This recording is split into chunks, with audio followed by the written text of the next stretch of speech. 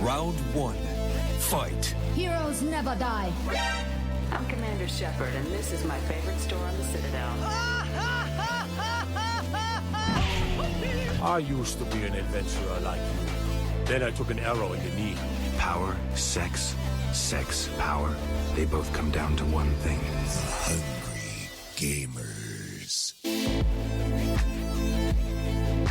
Hello, and welcome everyone to the 327th episode of the Hungry Gamers podcast. We are powered by ATEBIT.net and those sexy legends over at Audio Technica. Go upgrade your audio game today over at audiotechnica.com. I am your extremely humble host, Brendan White. You can find me just about everywhere at Brendan8bit. And joining me, as is tradition, my podcast, Ride or Die, the babality to my friendship. You can find her on them socials at Miss Allie Hart. Miss Allie Hart, how the bloody hell are you? I was just like sitting there processing. I'm like, it's okay. And the other one's fatality. What was the animal one?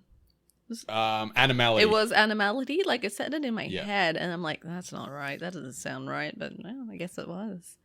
Yeah, and we had brutalities, babalities, animalities, friendships, and fatalities. I think are the 5, if my maths counting worked just now. So there is many a way to humiliate or destroy your opponent in the fantastic franchise known as Mortal Kombat.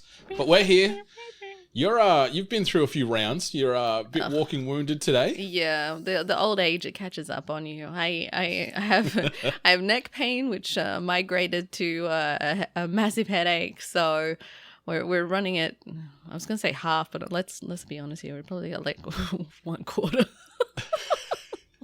That's good for us too, listeners. Yeah. But your listeners, just keep it down a little bit. We don't want to trigger that headache and neck pain a little bit more than we need to here for Miss Allie Hart. But we're here. We're committed. We're here to give you the best and latest and greatest in the video game and culture universe. And I guess we can start things off as we always do and talk about what we've been up to the last 7 days. Miss Hart, did you want to lead us off? Let us know what you've been up to. Yeah, unfortunately not much. I've obviously just been dabbling in the Fortnite Star Wars stuff. I still actually haven't completed. I haven't got my Darth Maul yet, which is sad to report back. I was actually having a lot of issues with the quests. I don't know if I wasn't being gung-ho enough using the Force or attacking people with blasters and whatnot. I guess sometimes when you're playing, you kind of want to hit that balance between like, I need to complete quests and I just want to fuck around. Yeah, I just want to mess around, you know? So I have yet to get my Darth Maul, so I should probably work on that soon because I think the event finishes soon. Yeah, you'd have a couple of days left. Oh, boy. I got the notification pop up during a match on Thursday night. Sounds about right to me. Yeah, Thursday night. Got the quest line done. Got Darth Maul pop up. So I have got enough galactic credits to finish that Star Wars Battle Pass, and I'm sort of just wiping my hands clean now, just breathing for a minute and waiting to jump into ranked mode for no build, which has appeared. But it's only duos at the moment, which it's fine, and the other trios, squads, solos will pop up eventually, but only having a 2-piece for ranked right now is a bit annoying. Apparently not trios. They took away trios. Yeah, trios is vaulted in unranked as well, right? Yeah, it's gone. They got rid of it everywhere, which is really not nice. No. Like sometimes you only have 3 mates on, and it's like, then what's your conundrum? Everyone says, well, then go into 4s and just do either no fill or fill. And it's like, it's different though, like. If you do fill, then you have that random person kind of messing around. You're still 3 against 4, or you do no fill and you're 3 against 4, like when it comes to combat. So, yeah, it's a choice. It's a bit frustrating. And, Epic is far smarter than I, so there's probably some method to that madness. But, yeah, the sooner that trios come back and the sooner that squad-based ranked options are available for no build, the better, because I'm hankering to see what kind of pathetic ranking they give me after my my pre-qualifying matches to sort of see where I fit in the no build hierarchy. But yeah, it's been fun. been really vibing Fortnite. We both have, like, it's become a bit of comfort food for us both. And really having Maul, knowing that I've got that skin there, shall I ever choose to don the Darth Maul attire and run around is great. But we got more changes on the way in the next week or so with Fortnite, because we've got the Spider-Man 2 collab popping up, and we got Miles Morales coming in there. And then the crazy part is we're going to have the Blade still available for traversal, the ODM gear still there, and the Spider-Man gauntlet. So people are going to be flying around everywhere. It's going to be near impossible to kill anybody. I hate it. Like, everyone's just like, you get into combat with someone and then you're almost got them down. Next thing you know, they're like, whoop, we're out. And I was like, gosh, darn it. Now I got to chase I do you. like that you can break the ODM, like if they're flying and traversing with the ODM gear and you shoot them once, that knocks them to the ground. But sadly, you can't do that with the Blade. Yeah. If you shoot them while they're like zipping around, it breaks their linkage and they hit the ground. But then they can then fly again, but it gives you a second or so to try and clap them. I should pay attention to that a little bit more. Learn something. Yeah, but it's fun. It's good fun. And looking forward to this Spider-Man collab in conjunction with the movie coming out next month. So it'll be a good time. Hopefully you manage to get that Darth Maul skin sorted out before they vault that and close that battle pass off. I mean, either way I'm getting it. I either beat the quests, or I have to do the drop them V-Bucks. Yeah, the unmentionable. Yeah. Yeah. Anything else you want to share of note from this week, Miss Hart? Apart from being like an old person going to a gig, shout out to seeing Thrice celebrating a 20th year anniversary of an album and just feeling old. But it was a great show. Love being able to go and see musical performances again, and just it's such a good vibe just going to shows, and just like the close-knit shows. You know, I'm not big fan of like festivals or anything like that. I like those kind of small venues kind of gigs. So a little bit more intimate that way. Yeah, exactly. I've always enjoyed them way more. So yeah, so go out there, support your local music artists or the big ones as well. Thrice is coming to Australia for those who might have been interested. So yeah, back end of August, early September, Thrice are going to be in town playing the Artist in the Ambulance front to back. So any Melburnians, there's 2 shows, one sold out. I'm going to try and get my hands on a ticket to the show, and I think it was the 31st of August in Northcote, so not too far from me. So I'm going to pick that up and go bop along to the Artist in the Ambulance, which I think is Thrice's best album. So I'm looking forward to hearing that front to back. Yeah, they still sound good, which is awesome. Which I'm very happy to hear as well. So go support live music, go support live artists, creators of all types of content, because you supporting them with your time and your money means that they will continue to do what they do and then be able to tour and do cool things like this. Exactly. Speaking of cool things, I've been playing a very nice, cool, calm, casual, relaxation type of vibe this week from my gaming. Apart from a bit of Fortnite, which we've already spoken of, I jumped in and played my way through Coffee Talk episode 2, which is titled Hibiscus and Butterfly, and it is the follow-up to the original Coffee Talk done by Toge Productions, and I've been playing this on Xbox Game Pass. So thankfully the Game Pass subscription service included this fantastic little ditty at no cost, or part of your subscription cost if you want to get technical with it. But this has just been a great chilled out, relaxing, cruisy time for me. Like it's very like it's got a lo-fi soundtrack in the background, so anyone that's listened to lo-fi once or twice know it's just just cruise. You're just chilling, you're just vibing, and that's what this game is. You're a barista that owns / manages / whatever this coffee shop called Coffee Talk, and you get a whole heap of random people coming in every night. And so this is played out over, I think it's roughly about a fortnight. So you're in the role of this barista. You can name them whatever you like, and you take up the role of this barista, and you get a whole host of characters coming in night after night, and they'll sort of shuffle the deck. You don't get the same characters every night. You'll have interactions with other characters, and all these little connective stories between the characters start to appear.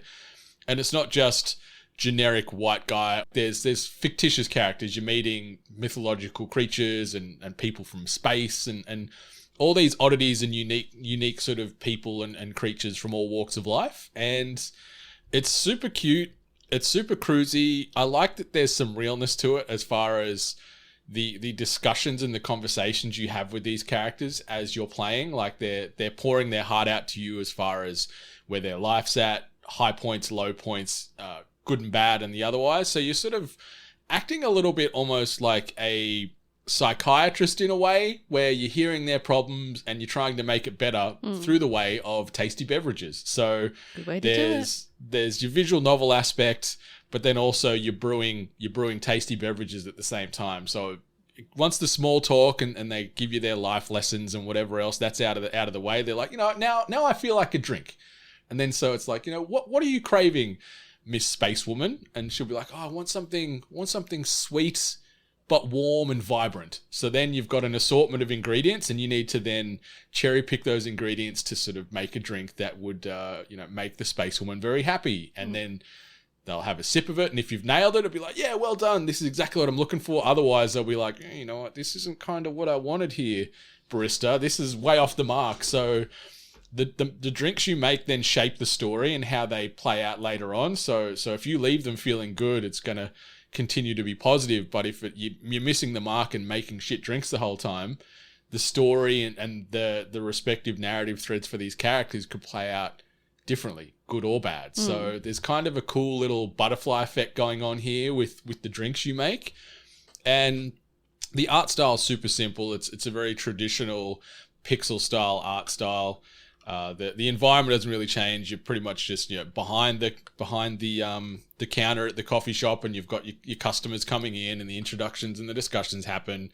You make your drink. So it's a really simple formula as far as that gameplay loop, but it's just been fun just to sort of chew on a few hours of this a few times, like this week over a few nights, where I'm just like, I don't really want to play anything too labor intensive. You're really only just pressing a few buttons. You don't you can have something on in the background if you want, because you just got this lo-fi beat. There's no voiced characters. It's all just text to screen, but it's super fun. It's very unique. The assortment of characters you meet are very diverse and great in all their own ways. So it's kind of cool that there is some unpredictability with the characters, and then just the connective threads that happen between the characters when they meet at the coffee shop. Some people like others and others don't, or someone develops a crush on this person. Like, hey, can you because they'll leave you with items, or you might find items after they've left, so you can choose to then give it back to the owner. Or they might say, hey, can you give this to this character because I want to talk to them later and befriend them or take them on a date or whatever. So there's some little fun mechanics they add in on the back. But the drink making is great, but it can be stressful because it's very sort of very broad stroke descriptions where they're like, I want something sweet and vibrant with this note. And you might only have 10 ingredients, and you've got 3 things you can combine to make the drink. And then depending on the order in which you combine the elements, it'll make the drink different again. And if you make it before you serve it, you've got 5 options every day to sort of trash the drink. So you could make it and go, you know what, that doesn't look or feel the vibe. I'm going to bin that and go again. So you've got a few do-overs each night. I don't know what happens after the 5 if you've failed them and then that's it. And I don't know, the credits roll and it's game over. But yeah, it's super fun. Making any milk-based drinks as well, you can actually do the milk froth art. So you can sort of pour the milk in, and you can rotate the cup that the milk's in and draw things. And so you can get really, really fancy as far as the drink that you're providing the customers. My milk art sucks, I was going to say, fun to do. Is it fancy or offensive? It's pretty offensive. Yeah, it's pretty offensive. There's been a few penises not intentionally drawn on the tops of the coffee cup because of just the way it's rotating. I'm still learning the buttons to make a smooth milk pour. A flower penis. Luckily, they don't judge this. I think as long as you could just press the milk art and just and that'll be like, whoa, that's amazing. They don't sort of go, ooh, that's a dick on my coffee there, mister. What are you doing? But it's super fun. It's really cruisy. It's no drama. It's wholesome. It's just a very real, simple game, if that makes sense. Yeah.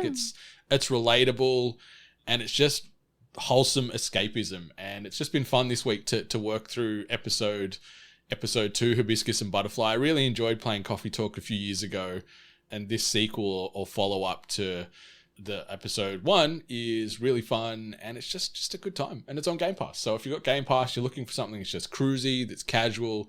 Maybe you're a bit of a coffee fiend, or maybe you want to get into that world of baristering. This could be a nice little gateway drug to the world of coffee and tea making. Yeah.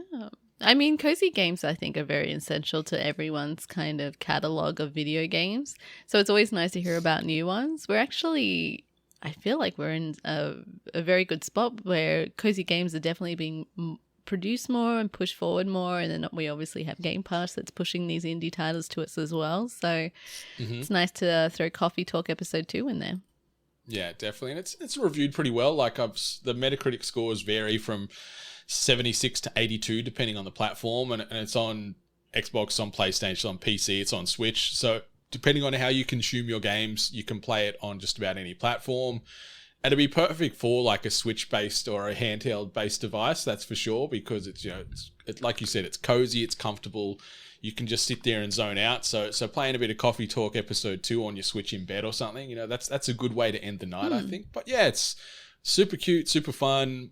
The cast of characters you meet, there is some returning characters from episode 1, and that continuity happens too, where they're like, hey, I haven't seen you in a while, but like, what's been happening with this? So there is some breadcrumbs there and references to the first episode that if you haven't played it, might get lost, but it's not to the point where you're like, I have no idea what's going on. It's very much like, last time I saw you, you were in a bit of in a bad spot. What's the latest sort of thing? So it sort of brings you up to speed really quick. But if you played episode 1, jumping in episode 2, you'll see some characters and be like, oh, I remember that character. What's happened since then? So it's kind of cool. But yeah, you meet all kinds of unique characters and creatures during your time at the Coffee Talk Cafe, because it's just a good part of the world. It's always raining though.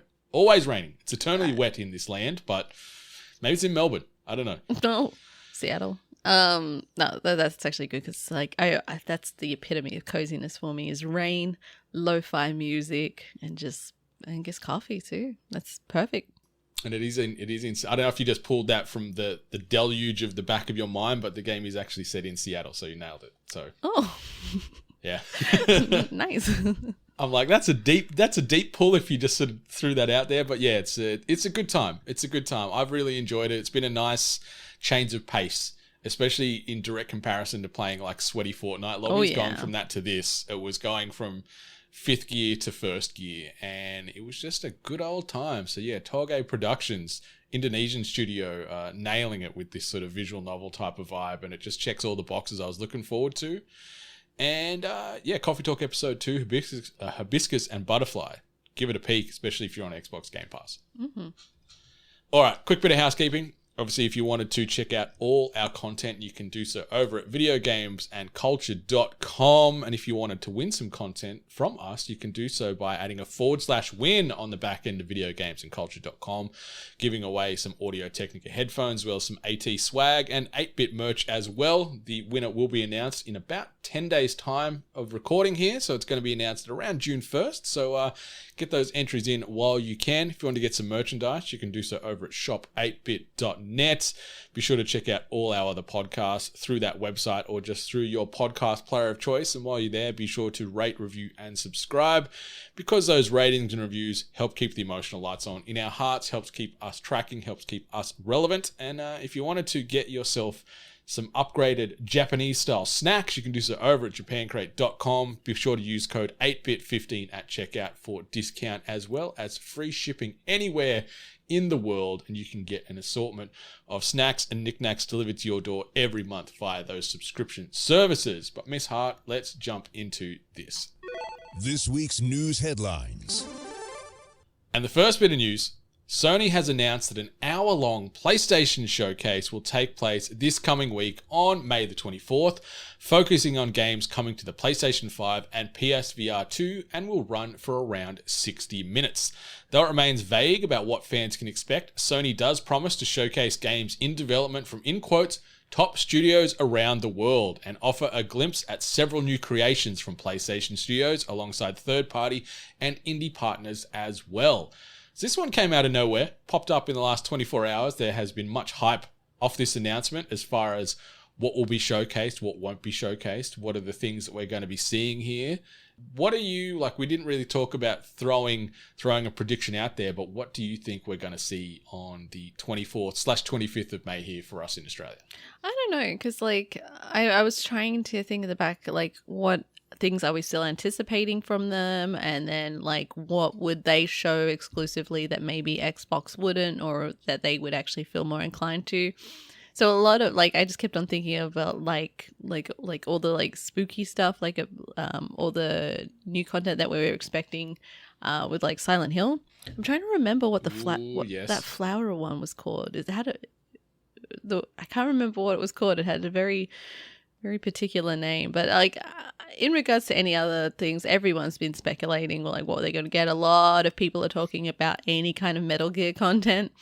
I think a lot of hearts are on the line for that one. So it'd be good, though. I know a lot of people have been waiting for something to come out of the Metal Gear universe. So I hope they get something, even if it's like a remastered or a re-release or something like that. So we're due for another remaster. It's about that time that we get a big remaster from a few decades ago. So maybe we get a Metal Gear Solid from the PlayStation remaster announced, or maybe it's 1 and 2 combined in some type of overpriced package. But yeah, there's on sort of the temperature check on some of the tweets and stuff we've sent out, there's a lot of hype that people want to get updates or announcements for The Last of Us factions. So news reveals, just about anything, because it was announced initially on the back of The Last of Us Part 2, and then it's been crickets ever since. Obviously, they've talked about that the game has since been broken away into its own thing.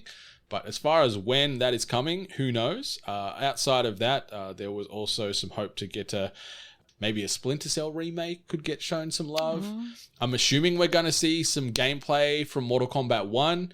But yeah, it's been a lot of Last of Us discussion, hoping to see something from Wolverine, also Metal Gear Solid, and then yeah, we're going to get a bit of PSVR love. So I'm curious to see what new games are going to be making its way to virtual reality as well. Do you reckon we're going to hear anything about TV series? Probably not. Maybe. Nah, it's probably too soon, right? Oh, I don't know. Yeah, and I guess with the writer's strike, it might be delicate. Yeah, a little insensitive, yeah. Yeah, so maybe they'll just park that. But yeah, like obviously we've got God of War series on the way, we've got Horizon on the way, we've got a second season of Last of Us on the way, but that has had the pause button pressed on that too due to the writer's strike, and rightfully so. But yeah, it's going to be curious to know, because 60 minutes you can showcase a lot of stuff. True. I'm assuming we're going to get a big taste of Final Fantasy with 16 coming out next month, and then the next chapter or iteration of Final Fantasy 7 might get a bit of love in there too. So we'll see. But I'm excited. Sadly, the time zone means we've got to get up very early here in Australia to check this live. But it sounds like this one, even though it's given us not much as far as details and specifics, it sounds like this next showcase could have a couple of big announcements to maybe get that hype machine moving leading up to the Summer Game Fest sort of murderer's row as far as showcases. I was going to say they wouldn't drop too much, because like as much as they would love to have their own kind of single showcase to talk about their own big products, so it isn't in the swirl of others, but they wouldn't, they wouldn't release all the big dogs before Summer Games Fest, would they? That's the time. I don't know. Maybe at least this allows them to get out in front of everything else. So maybe they do just come out and just flex and just go boom, boom, boom, and then leave everyone else in their dust, as Sony has done sometimes at E3 and the various other events. So we'll see. I'm very curious to see what happens. But yeah, we don't have to wait long at all. Like 4.5 days or so, give or take, at time of recording when this is going to be dropping. Yeah. So yeah, in episode 328, we'll have some news to unpack. That's for sure.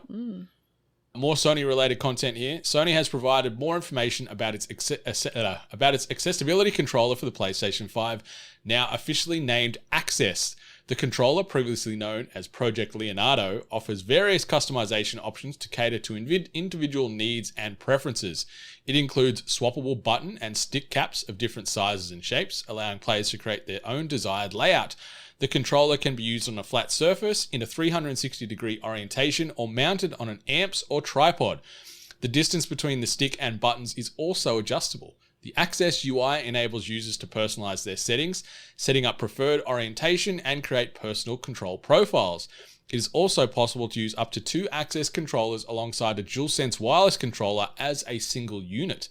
Sony collaborated with accessibility experts and organizations like Able Gamers, Special Effect, and Stack Up during the development process, and access was initially revealed at CES in January of 2023. So this is cool. Project Leonardo has become the PlayStation Access controller. It sounds like it's going to add a lot more functionality and freedom and control to less abled gamers, which I am all for. Accessibility should be a standard in everything we do, and gaming is for everybody, and having controllers like this in a portfolio allows gaming to be so much more viable for people of all walks of life. So I love this, and I'm happy to see that they've really taken the time to make something that's going to add some real value to a gamer's life. Yeah, and even just the versatility in not only the product, but also having a UI that they're able to customize and have settings set to their preferences or what works with them is also a fantastic addition to see, not only with hardware. So working with all the organizations, obviously Able Gamers is the one that we do hear a lot about, and just giving access to gaming for everybody is always a highlight. And I just hope that every time consoles and companies, as they move forward, just continually set the bar of like the expectations of making games accessible to everyone. So nothing but progress, which is always great to see. 100%, yeah. So kudos to Sony for investing a lot of time and money in making the Access controller, and it looks like it's going to be a very positive addition to their portfolio and allow more gamers to experience the greatness that is PlayStation. So well done. The next bit of news, Epic has announced it has launched a rewards program for its PC storefront called Epic Rewards. Users can earn 5% back in rewards for every eligible purchase they make on the Epic's game store, and that was starting from yesterday, so it is live right now. All Epic Games account holders are automatically enrolled into the program when they make a purchase. Any games, applications, DLC, and virtual currency, including V-Bucks, will count towards the 5% Epic rewards. Reward points can then be combined with other discounts and coupons, but be aware they will eventually expire. And that expiry date is about 25 months from when they are assigned to your account. So you've still got 2 and a bit years to use your reward points there. But this is great. Obviously, be sure to use code 8BIT at checkout on the Epic storefront there. But now any purchase you make through that Epic Games store is going to earn you 5% cash back or reward cash back. And it's good. And anytime a big studio, big publisher, big developer can give cash back to or reward their loyal patrons, the better. And I think this is a good move. Very, very pro-consumer move from Epic there. Unlike vaulting trios. I'm very curious to see what the 5%, like what the rewards can actually go to. Because it is listed here is that it can go to eligible purchases. So I'm assuming that they will only allow these rewards to be used on certain games, I'm assuming.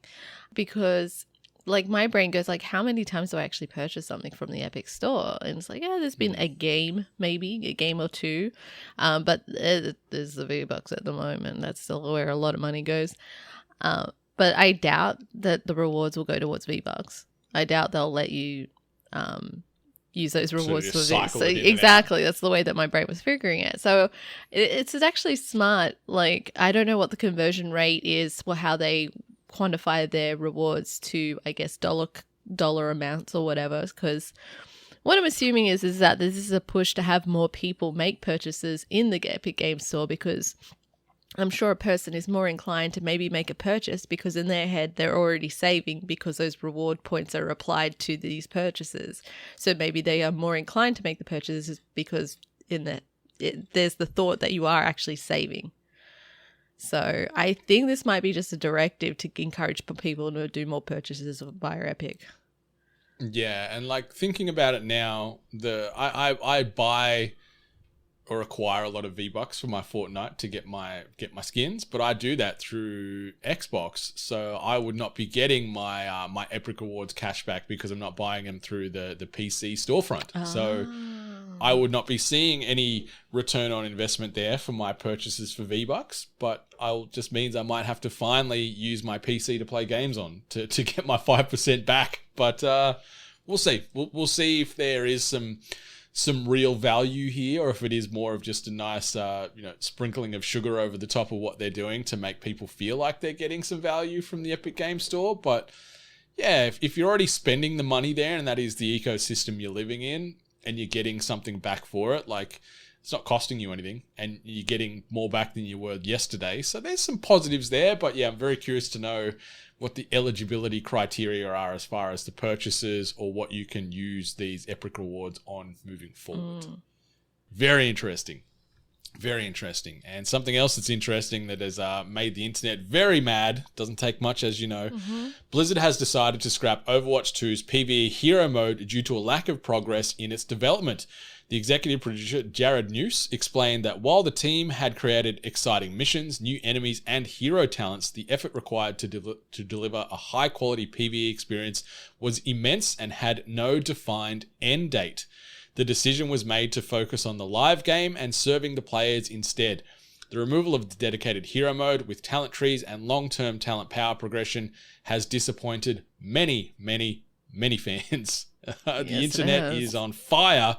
They want to burn Overwatch 2 to the ground off the back of this. And, it is disappointing. I've got no skin in the game in Overwatch 2 in general these days, but it was kind of cool to know they had a new mode coming, and now that it's cancelled, it sucks, but it's not my decision. I'm not the one at the back making or breaking this from a development cycle, and yeah, the internet's mad now, but they'll find something else to get mad about tomorrow. But yeah, it's a shame that we're not going to experience Overwatch in a different way anytime in the future. I think the general issue that a lot of people were having was that it seems like what the general consensus is that are angering most fans is that it was the single player PvE that was the defining point on why they could say that this is Overwatch 2.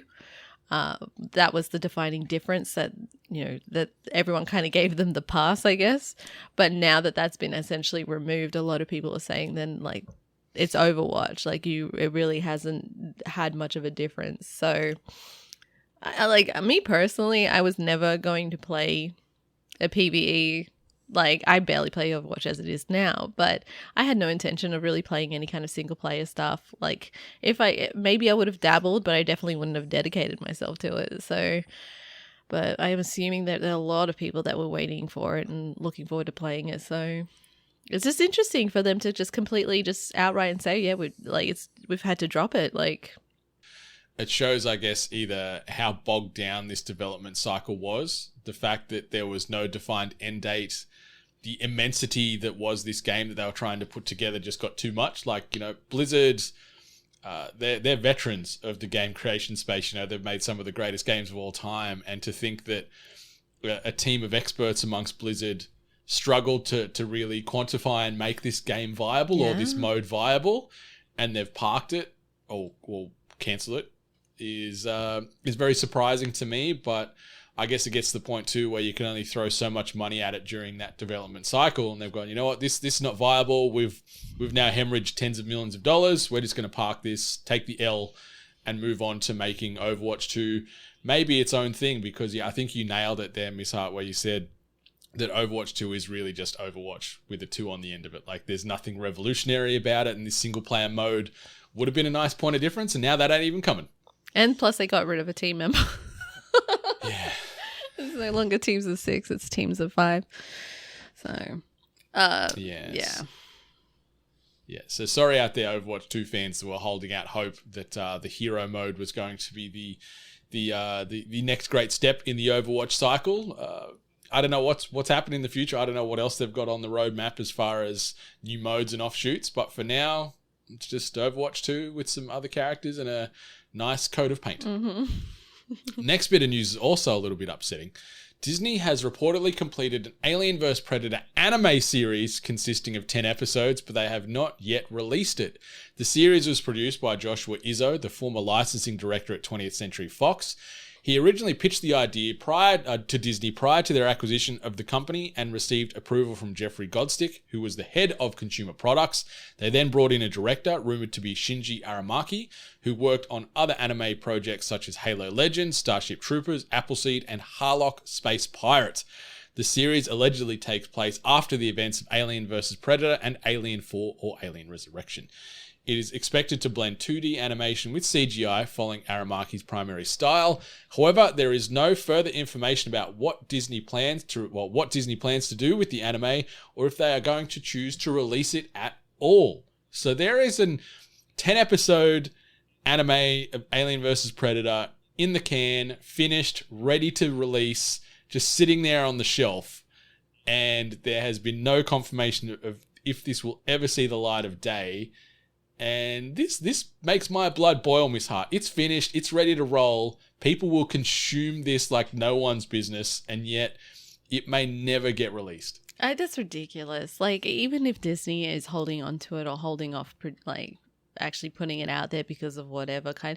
Like, Disney, though, now with their purchases, with all the things that they've kind of like swallowed into the abyss that is their company, then they're not necessarily against hyper violent things now, right? There's plenty of stuff that falls underneath it now. So Prey came out last year. Yeah, so like I'm just curious what would ever be their decision in not releasing it. Like, was it too violent? Is there something about it that they just don't want to be associated with their brand? But you would only assume that maybe then they could just put it up for sale and maybe someone else like buys it off them to, you know, stream or put out into the universe.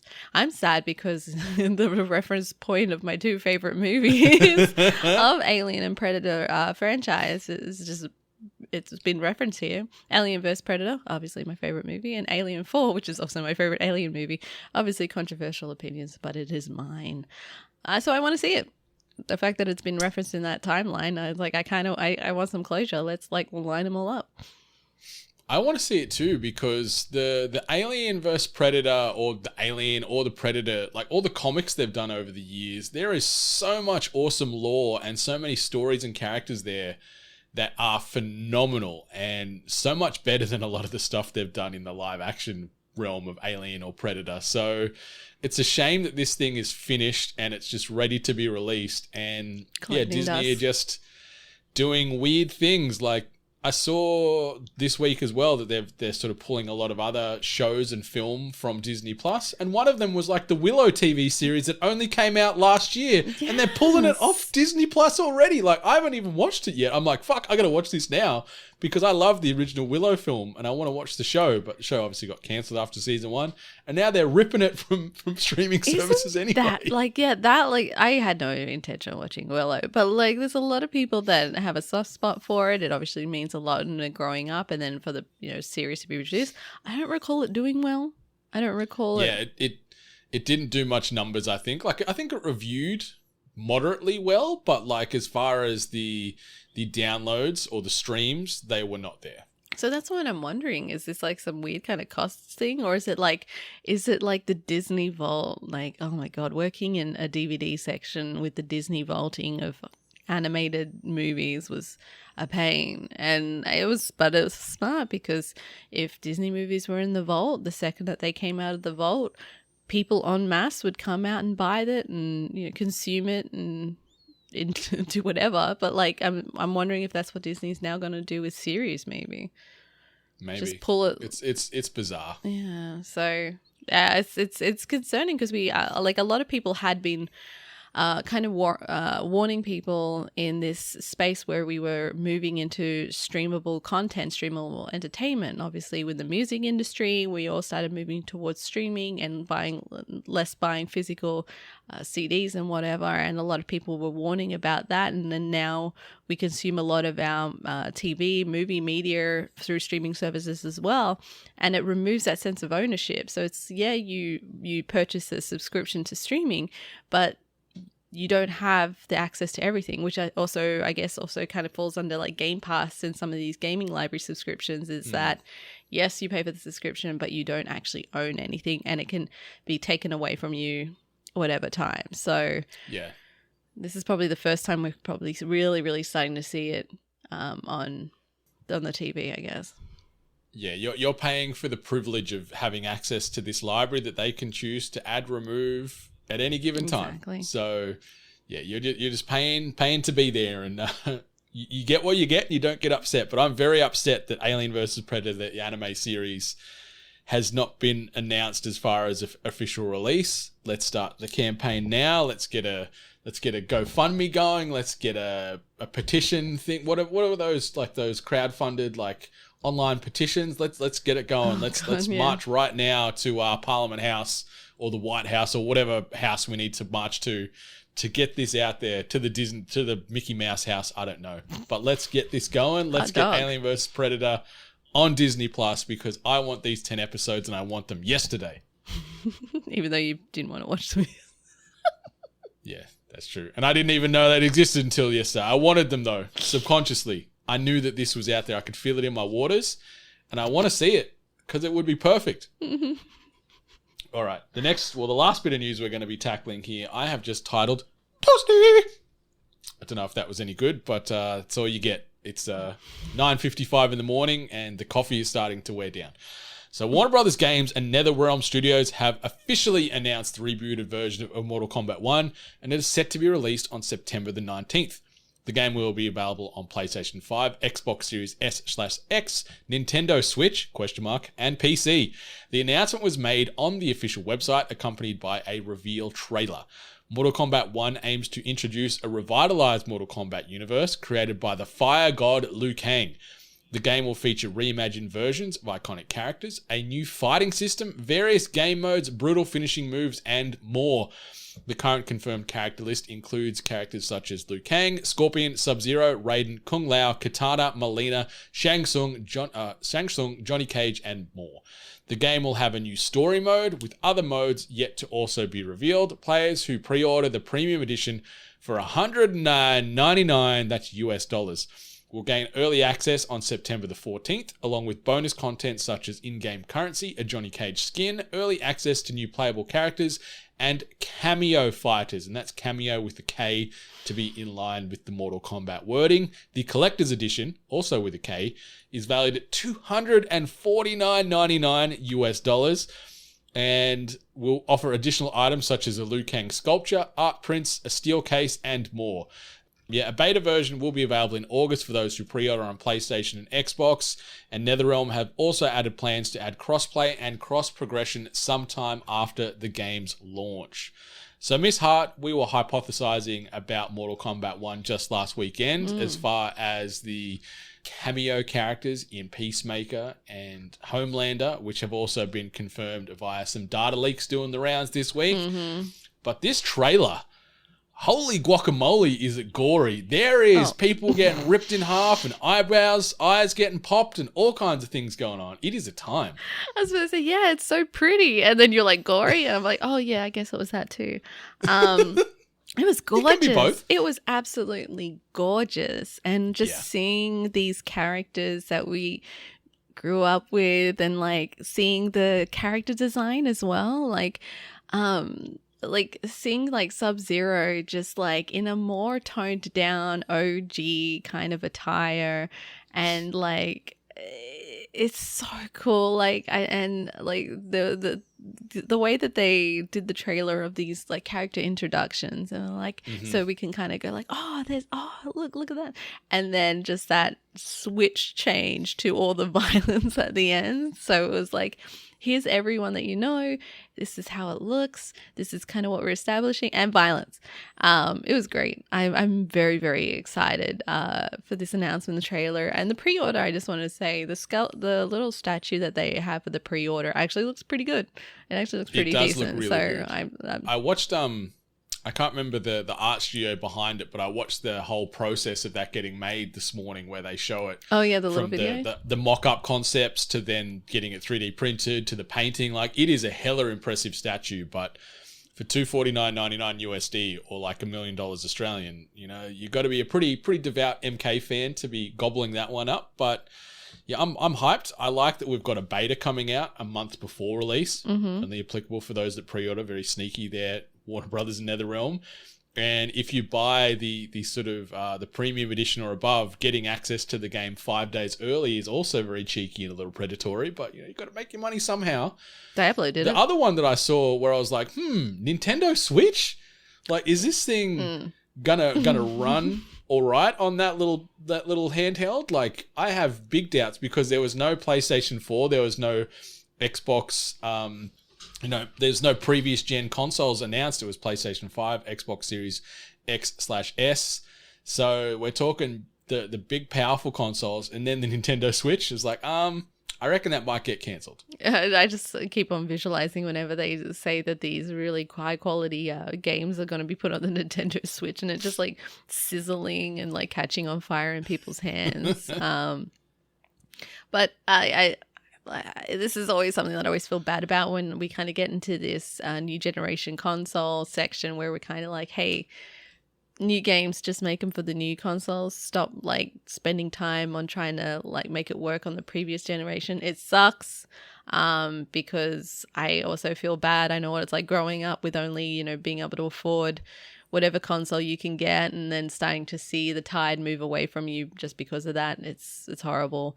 But then, I'm also a PC player as well, so I always want the best of the best. And although lately with the way games have been releasing, we're not even getting that. But I'm excited, and I pre-order early access to games. It is a little bit kind of cheeky, but I mean, what they're running out of incentives to get people to pre-order games nowadays. So if it means that people get access to it a little bit earlier, to me, I don't think that's so terrible. Like I said, Diablo did it. So, your people who pre-ordered Diablo, I think they got a bit of kit, and then they also got early access to beta, and then they're obviously going to get, I think, early access to the game release as well. So, pre-orders are definitely, we know that studios and companies really depend on pre-orders, so they're going to do what they can to, incentivize people to put their pre-orders in. So that's it. Like, these pre-orders allow them to know how the game's tracking, what the temperature check is for the game leading up to release, what the hype level is. So I get it. It's just, it's become the new norm, I guess. The pre-order carrot getting dangled to give you some early access, and that's fine. Like, it is a good reward, and you do feel, I guess, pretty elite being able to play a game before anyone else does, or the majority does. So it is kind of cool. I'm keen as a bean for this because we don't have to wait too long. September the 19th, like, it's not too far away. We've got also the new Street Fighter coming out next month. Obviously, we've been seeing a lot of Tekken 8 showcased as well, as far as these continuous new character announcements and hype videos for each of the new characters making their way to Tekken 8 as well. So, we're in a bit of a purple patch as far as the big fighting IPs go. And this game looks stunning. I loved what you mentioned as far as these little character introductions, as far as the little videos in the trailer itself. And it looks gorgeous. And then the fatalities in it, holy guacamole! Like when Liu Kang's dragons grabbed Shang Tsung and held him up by the arms, and then Liu Kang jumped in the air and then like just dragon punched down through Shang Tsung's head and like split him in half, and then all the way down to the ground, and then it was just blood and viscera on the impact. Like, it was really, really cool. And I can only imagine how fucked up this game's going to be with some of the fatalities they're introducing, because this game gets more and more brutal and more like wincing when you play it, because the realism is just getting even better. Like, the fact that the devs have to research how these injuries would impact the body in a real way to know how the body's going to explode or break or bend or whatever is really cool. So I feel for the devs having to probably watch a lot of real medical based footage and get an understanding of how the body breaks down, but it adds to a very, very, very realized and intense experience. There's a lot of great videos actually on YouTube, online of people in the medical field reacting to Mortal Kombat like scenes, and it's a lot of fun, especially when they kind of watch it and make their comments and observations. It's always good to look at. So good. But that trailer was just, it got me hyped. And also didn't even mention in the lead in there of that bit of news that Jean-Claude Van Damme is a confirmed character to the roster as well. So JCVD making his way to Mortal Kombat. I'm hoping we get skin variations of him as Guile, as Universal Soldier, as Time Cop, as Bloodsport, as all his like big IP. I'd love a few different skins where he's wearing the outfits from the films that he's most known in. So I'm keen. I think the general discussion is that Johnny Cage is going to be styled after Jean-Claude Van Damme. Well, Damn it. I wanted hard target Jean-Claude Van Damme with the mullet and his snake punching awesomeness, but guess I gotta wait. Yeah, maybe they'll add it. You never know. I hope so.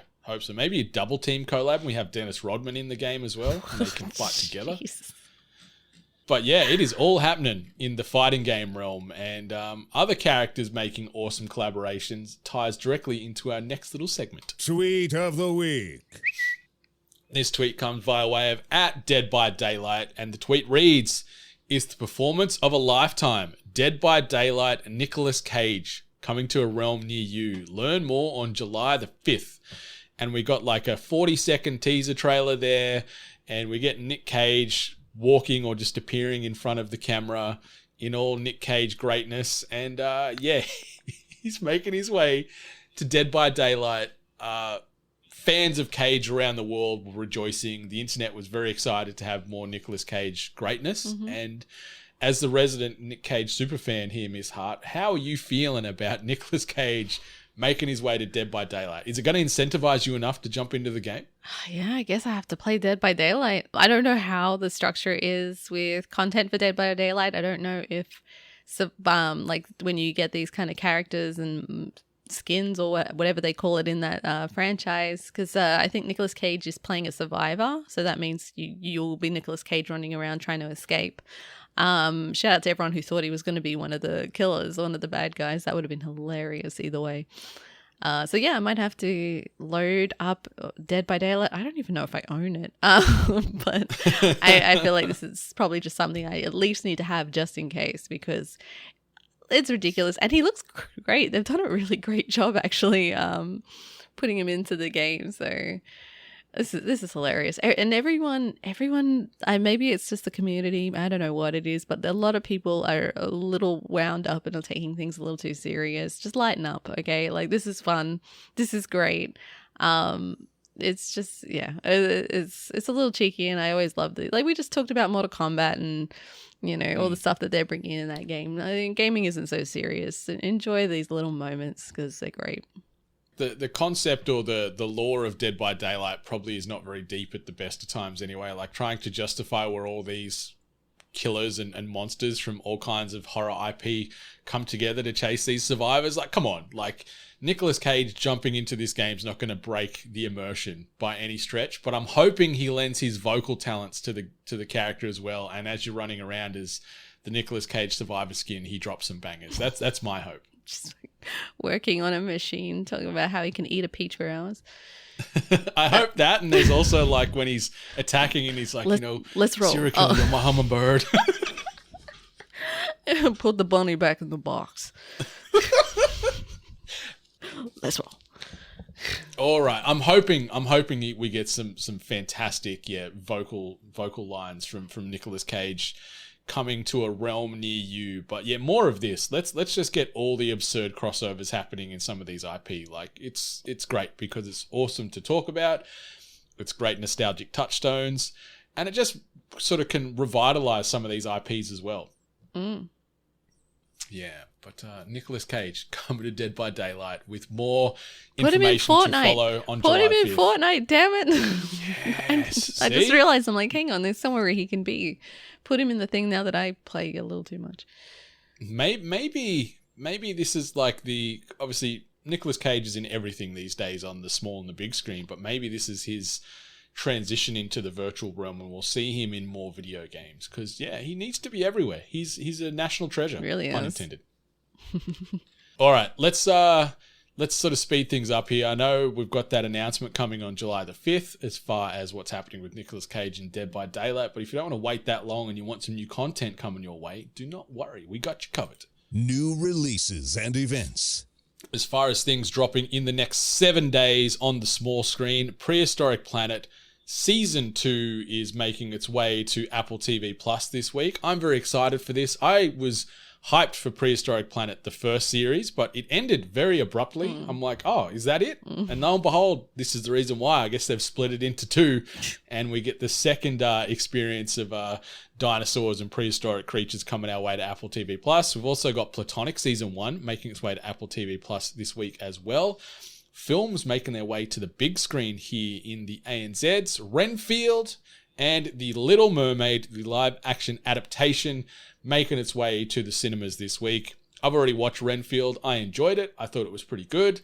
On the Nicolas Cage front, I wanted more Nicolas Cage in Renfield, but I had a good time with Renfield overall. That was the general consensus that I read about it, which has kind of made me kind of divert and not watch it so much, as a lot of people are like, yeah, when he's not there a lot, but when he is, he's doing great. So I'm like, I'll wait till that one hits the TV, I guess, the streaming. Yeah. You never have to concern yourself with the commitment levels of Nicolas Cage in anything he does. Really? And when he's on the screen, he is phenomenal. And it's funny, but there is some surprisingly high amounts of gore in some scenes, which was great, but it also took me by surprise a few times because it is a bit more lighthearted, a bit black comedy, and then it's like, holy fuck, that just happened? What?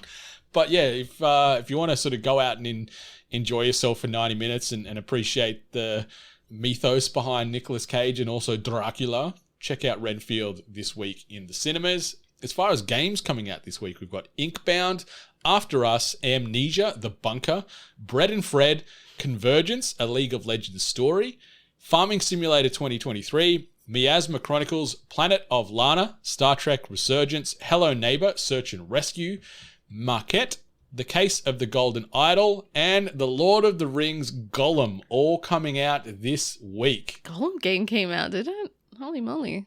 Yeah, it is here.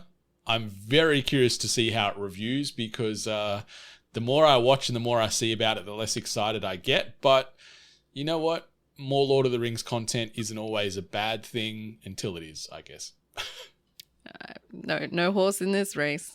But plenty of diverse titles there to sink your teeth and your fingers into there, depending on what you're looking for in the next 7 days. But Miss Hart, that brings us to the end of another episode of THG. Anything else you wanted to mention or shout out before we get on out of here for another week? Yeah, full confession, I'm actually all about the Five Nights at Freddy's movie. The trailer came out, was it this week or maybe it's the previous week? It was this week, yeah. But yeah, I watched it and I'm like, I kind of like, the way I approached my husband, I'm like, hey, would you want to see the Five Nights at Freddy's movie? Like, I felt like a little embarrassed, like, to ask. And he was like, yeah, totally, we'll watch it. It's coming out in October, so it's still got some time. But I was like, kind of like, thanks to like Matt Pat and all the people online that have kind of done all the lore stuff which I've ingested. I'm like, yeah, I think I want to watch the movie, regardless whether I'll like it or not. I kind of feel like I just want to see it just because. So the trailer did look surprisingly good. Like, I've played some Five Nights at Freddy's. And I think if you've played one instance, you've played all of them. Like, you know the gist, mostly, you know the concept. And the movie, yeah, it doesn't look half bad. It looks like it's going to be creepy and unsettling, bit gory, bit funny, bit silly. But because I watched, did you watch Willy's Wonderland last year? No, I haven't yet. No. That's the hard part I had from disconnecting myself from that with Nicolas Cage, who we just can't escape this episode, and Five Nights at Freddy's. Yeah. So at least by the time this movie comes out, it's probably a year since I've watched Willy's Wonderland, and I'll be less thinking about that world and thinking instead about Five Nights at Freddy's. But yeah, I'm keen to see this in October because it looks like it's just going to be absurdly good, creepy fun. Yeah. It's going to probably have a little bit of tackiness to it. Just avoid the fan base. If anyone like is interested, like watch the videos, just avoid the fan base because it's pretty bad what I've seen out there. So, but yeah, I throw that into the universe of like the gaming space and probably something a little less likely to hear from me. But yeah, I'm for it. I look forward to seeing it in the cinema. It looks like it's going to be a good time. And that's all you want. Like, if you go in the cinemas, as long as you can walk out going, you know what, I enjoyed this 90 minutes. Was the movie an Oscar winner? Maybe not, but if you can walk out of there smiling or have a cool talking point about a gory kill or a weird moment, then that's a win for me.